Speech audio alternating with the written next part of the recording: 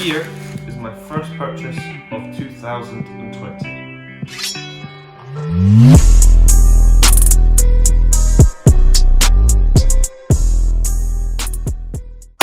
Hello and welcome back to the channel. Today we have a pair of sneakers that I've purchased. This is my first purchase of 2020. I hope you all had a great new year. I just wanted to show this pair to you. You can probably see by the title what it is if I've put it in the title. But this is my favourite pair of 4D Adidas sneakers that they've ever produced. So we'll just open it up. This pair was purchased from StockX. It's not sponsored by StockX in any way. I just want it to be completely transparent of where I bought them from. So we'll open up the box.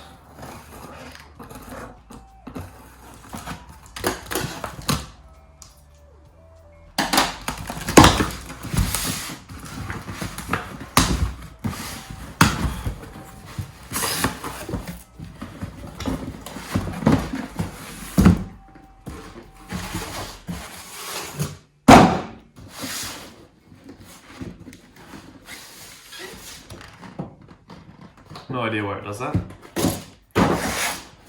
So this pair is the Consortium Runner V2 4D, or however you say it. It's the Runner V2.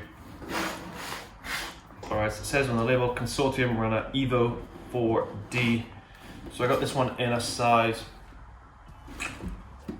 UK 9.5, and as you can see by the price tag, these are 350 euros.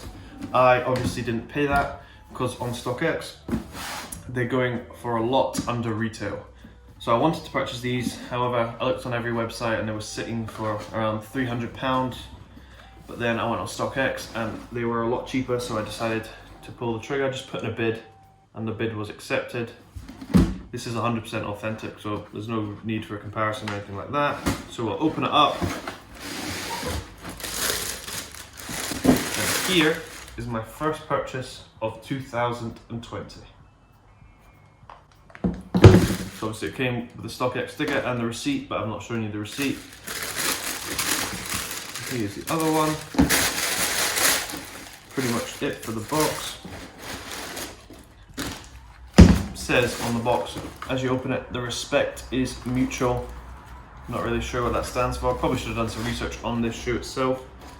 However, I haven't. It's just an unboxing of a cool shoe that I think looks really nice. So here is a look at the Consortium Runner V2. It has obviously the 4D sole that you can see there. I will just give you some B-roll just now, just of the shoe, just so you can check them out, see if you like them yourself, and then I'll just do a bit of a review for you.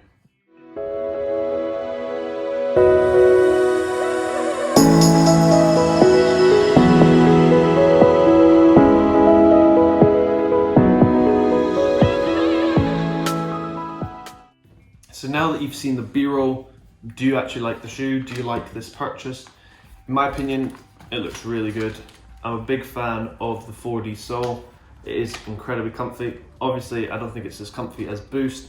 However, they've done a brilliant job of the sole itself, and I think it actually adds a bit to the appearance of the shoe, and it just looks really good, especially with this colorway.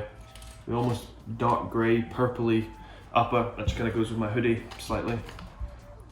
Then it has the 3 stripes on the side embroidered in a white color, and then it has an underlying grey and white tones in different materials. They have leather, they have mesh, they have almost a really short suede towards the toe in different areas. And then this is a look at the sole, which I just think they've done a really good job. They have an underlying tag that goes all the way down the laces on the outer side. It does come with a spare pair of laces which are in a grey and white. This could add something different, and I might add it to one of the shoes. I don't think I'll add it to both, but I will add it to one side, I think. The underlying tongue is in a white as well. And then if you look at both tongues on the sneakers, one has hands shaking together and the other one has the Adidas print. Also has Consortium printed on the green. Although the insole doesn't come out, it does have writing on the inner side. It does give the steps of, I guess, how they made the shoe itself. So it says step 1, data collection. Step 2, creating stiffness targets. Step 3, I can't read because it's all the end of the toe. And then step 4 is lattice tuning, and step 5 is printing. So I guess that refers to the actual sole of the shoe itself. So the upper is made of a number of materials. So we have the embroidered 3 stripes on the outer and inner side, whereas we also have overlaying materials all across the upper. So towards the toe, we have suede patches that curve around on the inner side. This also occurs in grey on the outer side, which goes all the way up the side. There's also, I can't tell if it's like a plastic or a leather or even a combination of the both, that underlines, gives it some stiffness towards the heel. This also continues under the 3 stripes on the outer side. However, this material doesn't occur on the inner side at all.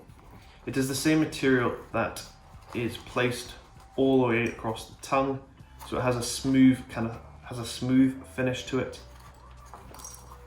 There is very little cushioning towards the heel. The only bit of cushioning is at the upper side, but at the lower side of the heel it is incredibly stiff and very, very thin indeed. Because there is no insole, you can see directly all the way to the bottom and see the honeycomb 4D structure coming all the way through. Hopefully that showed up clearly.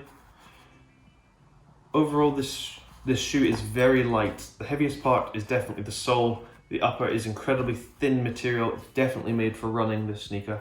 Other than the 3 stripes on the inner and outer side, there is Adidas branding here on the green tag that runs all the way on the outer side of the lacing, and also towards the toe here, there is an Adidas. On the sole of the sneaker itself is a Continental rubber, as you can see branded right there. So it should last a long time even when running. It is a thin layer, but this still, with Continental rubber, should last longer than most ordinary rubber plated soles. The honeycomb 4D structure in the sole has some give to it. As you can see, it does compress under pressure. This should allow it to be extremely comfortable. I just hope it doesn't break in any way or get anything trapped inside it, especially in the UK when the weather's terrible, so I hope things don't end up inside it like rocks and stuff like that. I'll have to test that out. On the inner side here and across the toe on the outer side here, there is embroidered patterns on it. I don't think this adds anything to the performance or even to the upper. It's just a nice little design, gives it something extra. And then towards the heel on either side, we have very short suede, which matches the color of the sole.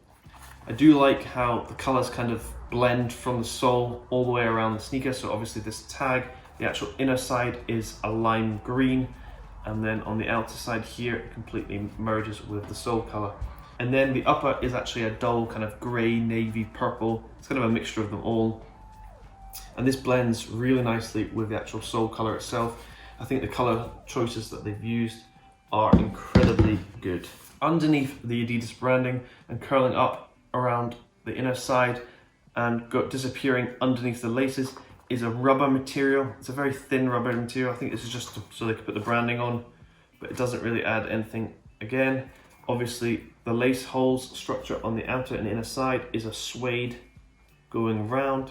So in my opinion, this is the best 4D sneaker that they have released, and for the price that I got it at on StockX, it wasn't too bad. I wouldn't be paying the £300 price tag that is actually on the resale.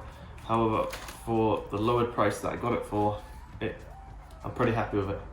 I'm not sure if I'm going to use these as a day-to-day running shoe or if I'm actually just going to use them for casual wear. I haven't really decided yet. Obviously, it is a performance shoe, actually pretty clear by the materials used on the shoe and obviously by the name itself, the Runner. So I could use it for sporting activities such as that. It might be my daily gym shoe, I haven't decided yet. So this was just a short review. I will now give you some on-foot footage of this shoe itself, just so you can check it out and see if you want to purchase a 4D sneaker or if you like 4D. Please comment down below if you've actually tried a 4D sole before and if you like it. It's probably my favorite Adidas shoe since, well, obviously not including the Yeezys, but since the Y3. I'll show you that here. but this one has got to be up there. I just love what they've done with the design. I think it's been designed very well, and all the different aspects on the upper is just something different from Adidas. They have been very plain, especially because I'm being used to the Yeezys. They've been plain colours all the way through, so this just adds a little bit something different to my collection. Comment down below if you would like to see a collection video soon, because that will probably be coming, as I have stacked up quite a lot of shoes over the last year, so I think it's probably about time I did a collection video.